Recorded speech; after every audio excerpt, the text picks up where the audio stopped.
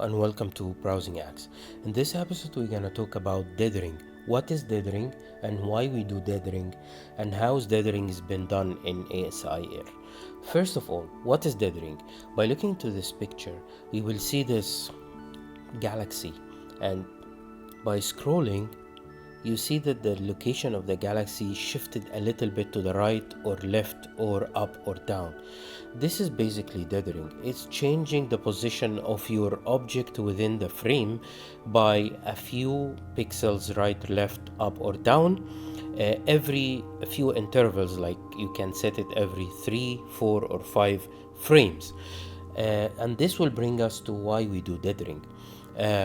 When we are looking at this frame, this is a bias frame for the same camera, and by looking into this area here or this area here or even here, some of these areas shows a hot pixel, and this is the first reason why you are doing dithering, because if this hot pixels are coming from the sensor, and they happen in any sensors that's out there in any astrophotography camera. And if we are taking the picture in the same position every single time, then our hot pixel will stay in the same position, and this pixel will always be more illuminated than the other pixels. So when we are doing dithering, that will move that pixel in the frame in order for it, when we are stacking that frame with the bias frame, it will understand that this was an hot pixel and it will delete it from the main image. The second reason for doing dithering is basically reducing the noise when it comes to the main image.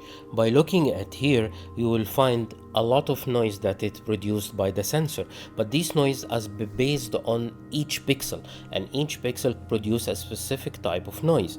By moving these frames around, it will neutralize the amount of noise that it produced in each pixel, and this happens when the photon hits the sensor of your camera.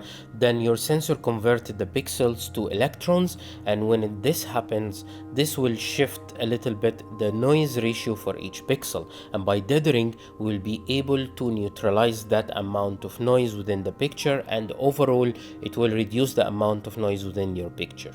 And now for the final part, how to do dithering in ASIAIR.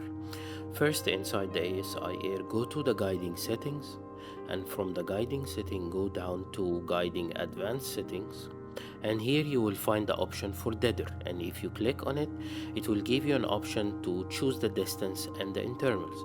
And the distance is the number of pixels that the picture will be shifted to, so you have the option of having 2, 5, 10, 30 or 1. However, I think with a normal size telescope, mid-size telescope, 5 pixels will be more than enough. If you want to be a little bit less, you can go for 2, but don't go for 1 or 10 or 30 with a mid-range telescope. The intervals is the number of the amount of frames that the dither will be done after. So you can set it every 3 frames like here, or you can set it every 5 frames like here.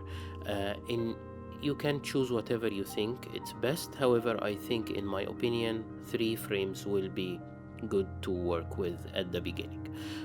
I hope by now you get a better understanding of dithering and why we do it and how to do it through ASIAIR. And as always, please leave the comments if you have any, and if you have any questions, leave them there, and I will be happy to answer all of them. And until I see you in the next episode.